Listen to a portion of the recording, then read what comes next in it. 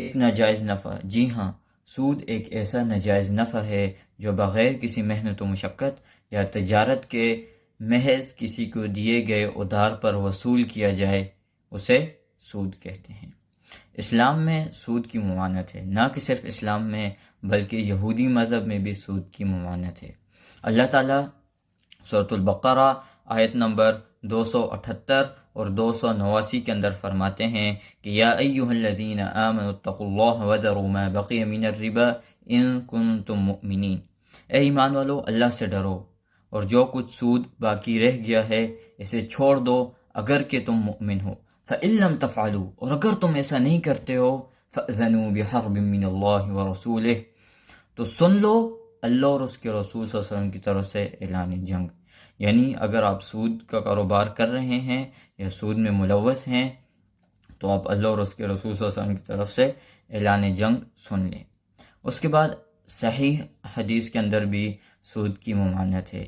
صحیح مسلم کی حدیث ہے جو حضرت جابر بن عبداللہ رضی اللہ تعالیٰ عنہ جو ہیں وہ روایت کرتے ہیں کہ رسول صلی اللہ علیہ وسلم نے فرمایا، رسول صلی اللہ علیہ وسلم نے لعنت فرمائی ہے سود کھانے والے پر، سود کھلانے والے پر، سود لکھنے والے پر اور اس پر گواہی دینے پر، اور آپ صلی اللہ علیہ وسلم نے فرمایا یہ سب اس گناہ میں برابر کے شریک ہیں۔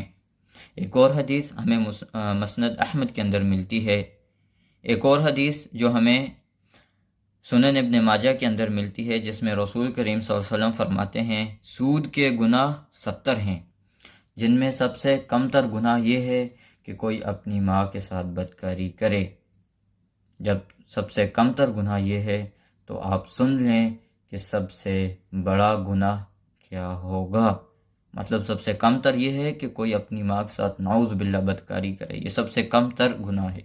تو سب سے بڑا گناہ کیا ہوگا جو 70ویں درجے پر ہوگا، وہ کیا ہوگا۔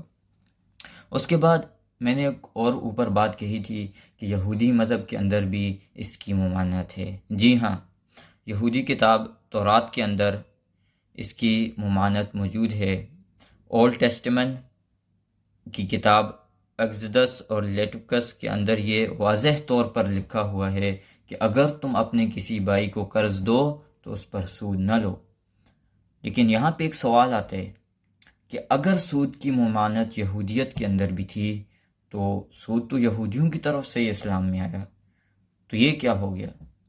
دیکھیں، جب تک ان کے مذہبی پیشےور، ان کے علماء زندہ تھے، جو بڑے بڑے علماء زندہ تھے اور یہودیت ان کے ہاتھ میں تھی، تو ان نے اس چیز کو ممنوع قرار دیا ہوا تھا۔ لیکن بعد میں جب وہ لوگ اس دنیا سے چلے گئے تو یہودیوں نے کیا کیا کہ اسے پارٹنرشپ کا نام دے دیا کہ ہم ایک دوسرے کے ساتھ پارٹنرشپ کر رہے ہیں۔ ان نے پارٹنرشپ کا نام دے کر اس کو پوری دنیا کے اندر ہر تجارت کے اندر اسے شامل کیا، اور آج اسے سود کے نام سے جانا جاتا ہے، جو کہ یہودیت کے اندر بھی ناجائز ہے اور اسلام کے اندر بھی ناجائز ہے۔ اگر سود اسلام کے اندر ناجائز ہے تو اس کے بدلے میں اللہ تعالیٰ نے مسلمانوں کے ایسی کون سی بہترین چیز نوازی ہے کہ جس سے ایک باشعور اور ایک اچھا معاشرہ بن سکتا ہے۔ اللہ تعالیٰ نے مسلمانوں کو زکوٰۃ دی ہے۔ سود اور زکوٰۃ میں فرق کیا ہے؟ دیکھیں، سود جو ہوتا ہے وہ امیر کو امیر تر اور غریب کو غریب تر بناتا جاتا ہے۔ مثلا اگر میں نے کسی سے قرض لیا، اب قرض دینے والا جو ہے وہ امیر ہے، لیکن میں نے جس نے قرض لیا ہے وہ غریب ہے۔ اب وہ کیا کرے گا؟ اس پہ مجھ سے سود، انٹرسٹ چارج کرے گا۔ وہ کہے گا کہ اگر تم نے اتنے وقت میں دیا تو اتنا سود ہے، اتنے وقت میں دیا تو اتنا سود ہے۔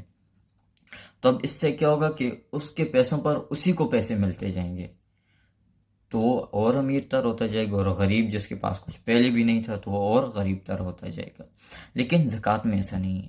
زکوٰۃ میں کیا ہوتا ہے کہ ایک اونچے طبقے والے لوگ نچلے طبقے والے لوگوں کو زکوٰۃ دیتے ہیں، یعنی مالدار لوگوں سے غریب لوگوں میں زکوٰۃ آتی ہے، اور اس سے کیا ہوتا ہے؟ ایک اچھا معاشرہ اور ایک اتفاق والا معاشرہ جو ہے وہ بنتا ہے۔ اس کے بعد اس کی کچھ عقلی دلائل بھی میں آپ کے سامنے رکھتا ہوں تاکہ یہ چیز واضح ہو جائے کہ سود کیوں حرام ہے۔ دیکھیں، سب سے پہلے میں نے آپ کے سامنے ایک عقلی دلیل رکھی کہ غریب غریب تر ہوتے اور امیر امیر تر ہوتا ہے۔ اس کے بعد مہنگائی کا سبب، اس سے مہنگائی بھی بڑھتی ہے۔ مہنگائی کیسے بڑھتی ہے؟ اگر ایک بندہ کوئی تجارت کرے، مثال کے طور پہ میں تجارت کرنا چاہ رہا ہوں اور میں نے کسی سے قرض لیے، لیکن وہ سودی قرض ہے، وہ کیا ہے؟ سودی قرض ہے۔ تو اب جب میں اس سے سامان خرید کر بازار میں بیچوں گا تو میں کیا کروں گا؟ ایک چیز کو مہنگا کر کے بیچوں گا۔ مثال کے طور پر اگر سیب جو ہیں وہ 50 روپے کے درجن عام بازار میں مل رہے ہیں، لیکن میں نے سود بھی دینے اس بندے کو جس سے میں نے قرض لیے، تو میں اس سیب کو کیا کر دوں گا؟ 50 سے 70 روپے کے درجن کر دوں گا، جس سے یہ ہوگا مجھے تو فرق نہیں پڑے گا، ایک تاجر کو تو فرق نہیں پڑے گا، نہ سود دینے والے کو فرق پڑے گا نہ سود لینے والے کو، لیکن عام عوام کو اس کا فرق پڑے گا۔ عام عوام جس کے پاس پہلی کھانے کو کچھ نہیں ہے، جب چیزیں اور مہنگی ہو جائیں گی تو ان چیزوں کو کیسے خریدیں گے اور کس طرح جو ہے وہ اپنا گھر بار چلائیں گے؟ اس کے بعد ایک انسان کے اندر خود غرضی پیدا ہو جاتی ہے۔ جب انسان یہ کہتے ہیں کہ ہاں جی بھائی میں گھر بیٹھے بیٹھے پیسے کما سکتا ہوں، تو مجھے محنت و مشقت کرنے کی کیا ضرورت ہے؟ میں کسی کو قرض دے دیتا ہوں اور اس پہ سود لیتا رہوں گا، تو یہ کیا ہوگا؟ میرے لیے آسانی ہو جائے گی، میں گھر میں بیٹھ رہوں گا۔ خود غرض انسان بن جاتے، غرور پیدا ہوتے، تکبر ہوتے کہ ہاں جی بھائی جب میں گھر بیٹھے پیسے کما سکتا ہوں تو مجھے محنت کرنے کی کیا ضرورت ہے؟ تو یہ چند دلائل آپ کے سامنے میں نے رکھے ہیں جن سے ہمیں یہ صاف واضح ہو جاتا ہے کہ سود کیوں حرام ہے۔ صرف مسلمانوں کے ہاں نہیں بلکہ یہودیوں کے ہاں بھی یہ سود جو ہے وہ حرام ہے۔